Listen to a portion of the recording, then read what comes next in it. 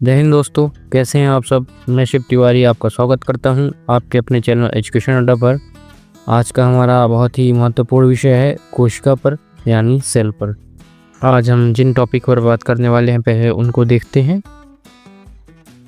हम देखेंगे कि कोशिका क्या होती है, कोशिका की खोज कैसे हुई, कोशिका के प्रकार, कोशिका की संरचना, पौधों और जानवरों में पाई जाने वाली कोशिकाओं में अंतर, प्रोकैरियोटिक सेल, यूकैरियोटिक सेल और कोशिका का सिद्धांत। अंत में हम कुछ महत्वपूर्ण तथ्य पर भी बात करेंगे, तो बने रहिए हमारे साथ वीडियो पर अंत तक।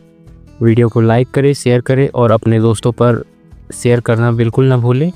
चलिए शुरू करते। सबसे पहले देखेंगे कोशिका क्या होती है। कोशिका जीवित प्राणियों की सबसे छोटी इकाई होती है।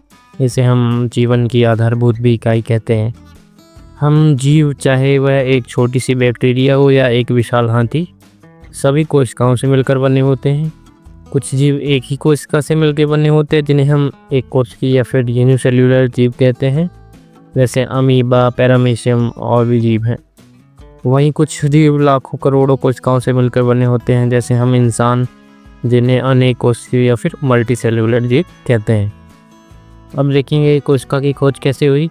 सवाल यह आता है कि कोशिका की खोज किसने की, तो इसका श्रेय रॉबर्ट हुक को जाता है। सन 1665 में रॉबर्ट हुक ने कार्प के पेड़ की छाल के टुकड़ों को माइक्रोस्कोप में देखा और उसमें छोटे छोटे खोखले खानों और ढांचे दिखाई दिए। उन्होंने इन्हें सेल का नाम दिया, लेकिन असली जिंदा फिर लिविंग सेल की खोज एंटोनी वॉन ल्यूमेनहॉफ द्वारा की गई। उन्होंने पानी की बूंद में तैरते हुए जीवाणुओं में इनको खोजा था। अब देखेंगे कोशिका के प्रकार। कोशिका मुख्यतः दो प्रकार की होती हैं।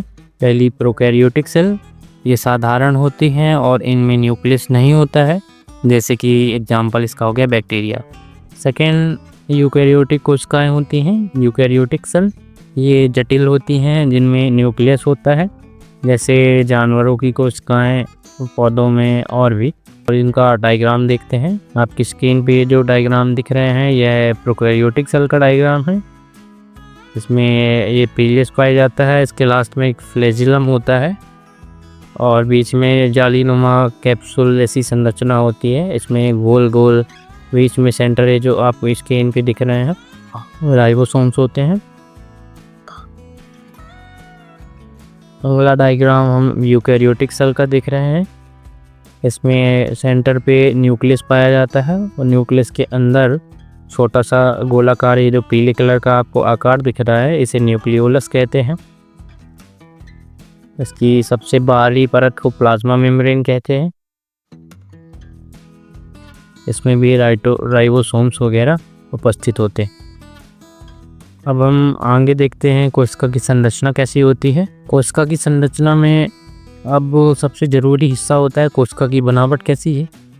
एक कोशिका में कोई अंग होते हैं जिन्हें कोशिका अंगक या फिर सेल ऑर्गेनल्स कहते हैं। आइए इनके बारे में जानते हैं। पहला ऑर्गन है सेल की झिल्ली, सेल मेम्ब्रेन। यह कोशिका की बाहरी परत होती है जो अंदर और बाहर के पदार्थों को आवागमन को नियंत्रित करती है। दूसरा है साइटोप्लाज्म। यह एक जैली तरल पदार्थ होता है जिसमें सारे अंगक तैरते रहते हैं। यह कोशिका झिल्ली के अंदर पाया जाने वाला एक लिक्विड मटेरियल होता है जिसके अंदर ही सारे पदार्थ उपस्थित होते हैं। थर्ड है न्यूक्लियस। कोशिका का मस्तिष्क जो सारी गतिविधियों को नियंत्रित करता है। न्यूक्लियस ही है जो कोशिका को पूरा ऑपरेट करने का काम करता है, इसे कोशिका का मस्तिष्क भी कहा जाता है। फोर्थ है माइटोकॉन्ड्रिया।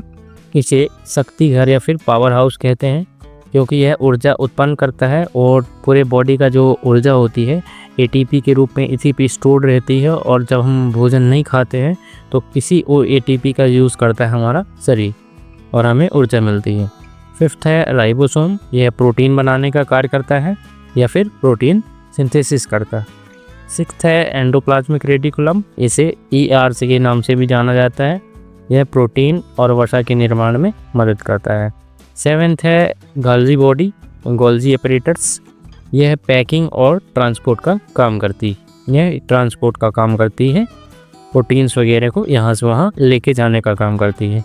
एट्थ है लाइसोसोम। इन्हें सेल का सफाई कर्मी भी कहते हैं, जो ऐसे पदार्थ जो सेल पे ज़रूरी नहीं है या फिर हमारे शरीर के लिए नुकसानदायक है, उनको साफ़ करने का काम करता है, इसलिए इसे सेल का सफाई कर्मी भी कहते हैं।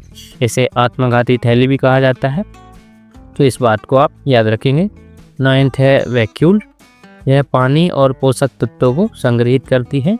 पौधों में बड़े होते हैं ये। ठीक दोस्तों, पौधों और जानवरों की कोशिकाओं में अंतर क्या है? पौधे और जानवरों की कोशिकाएं थोड़ी अलग होती हैं। पौधों में कोशिका भित्ति सेल वॉल होती है और क्लोरोप्लास्ट होते हैं, जो जानवरों की कोशिकाओं में नहीं होते हैं। क्लोरोप्लास्ट की मदद से पौधे प्रकाश संश्लेषण करते हैं और अपना खाना खुद बनाते हैं। अब हम प्लांट सेल और एनिमल सेल का डायग्राम देखेंगे। तो ये फर्स्ट ऑफ ऑल जो ये डायग्राम आपकी स्क्रीन के सामने चल रहा है, ये प्लांट सेल का डायग्राम है। आप इसे अच्छे से देख लीजिए, समझ लीजिए और इसे नोट कर लीजिए। ये 10th 12th 11th और भी सारे कॉम्पिटिटिव एग्जाम जिनसे सेल के बारे में आपसे पूछा जाता है, उन सब के लिए बहुत ही महत्वपूर्ण विषय है। और ये रहा एनिमल सेल का डायग्राम, इसे भी आप बना लीजिए और सीख लीजिए।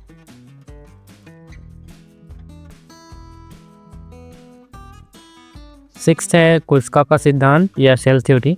कोशिका के बारे में एक प्रसिद्ध सिद्धांत है जिसे कोशिका का सिद्धांत कहते हैं, जो 3 मुख्य बातों पर आधारित है। पहला, हर जीवित प्राणी कोशिकाओं से बना होता है। मतलब कि कोई भी प्राणी हो या फिर कोई भी बैक्टीरिया, वायरस, कुछ भी हो, वो एक सेल से मिलकर ही बनता है और हमारे बॉडी पे उपस्थित होता है। दूसरा है, यह हमारे जीवन की मूलभूत इकाई है।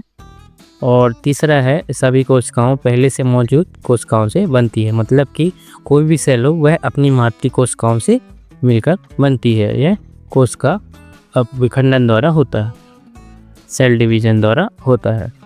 यह सिद्धांत स्लाइडिन और स्वॉन और विर्ची जैसे वैज्ञानिकों ने मिलकर दिया था। अब हम कंक्लूजन निष्कर्ष की बात करें तो दोस्तों, आज हमने जाना कि कोशिका कितनी महत्वपूर्ण और जटिल होती है। यह हम छोटी सी ही चीज़ हमारे पूरे शरीर की नींव रखती है, हमारे शरीर निर्माण में सहायता करती है और बनाती है। अगर आपको यह वीडियो पसंद आया हो तो लाइक ज़रूर करिए, चैनल को सब्सक्राइब करना ना भूलिए और कमेंट करके बताइए कि अगला वीडियो किस टॉपिक पर हो, ताकि आपको अच्छा से अच्छा समझ आ सके। थैंक यू दोस्तों, फिर मिलेंगे।